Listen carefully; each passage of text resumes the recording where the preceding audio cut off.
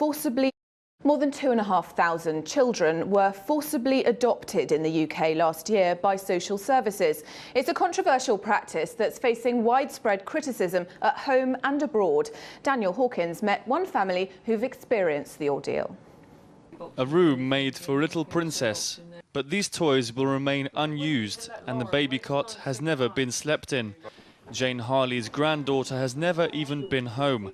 After being born, the child was removed straight from hospital by the police and social services to prevent what they claimed was a risk of future emotional harm because of the father's criminal record. I went into the room, there were police there, 2 police officers and social services, and my daughter was crying and begging me to help her, and I said, "What's happening? What's going on?"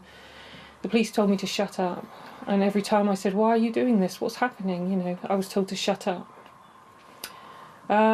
Social services said that they were taking the baby.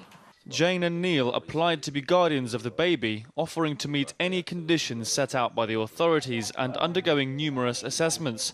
But after a lengthy legal battle, the child was put up for permanent adoption. We would give our lives for our granddaughter. She loves us. She calls him Dad, Dad, me, Nan, Nan. You know, at the end of contact visits, when we had to say goodbye, she would literally hang on to me here. Nan, Nan, Nan, Nan. She'd go all red in the face and they'd have to literally prise her off. One time it took 3 attempts to force her into the car seat. She was hysterical, screaming my name. Can you imagine what that's like? And I just have to stand there and let her go. Jane and Neil's story is part of a wider pattern. The last 5 years have seen a growing trend of forced removal and adoption through secret courts. The latest period saw nearly 2,500 forced adoptions. That's the equivalent of more than 250 classrooms of children. The UK is one of only 2 EU countries to use such heavy-handed policies, forcibly taking children from families before any allegations have been made, with evidence only from a small team of experts.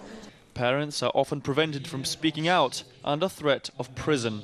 Those closest to the system insist it is working. We do put children first, whoever their parents are. Our legislation is very clearly based upon the welfare of the child principle, and sometimes that does get us into conflict with parents, but that's our legislation. There's no doubt that social services do crucial work, keeping many children safe from abuse. But the practice of forcibly taking children from their families who've never committed a crime and never harmed a child is becoming increasingly controversial, both with British and European families, as well as experts.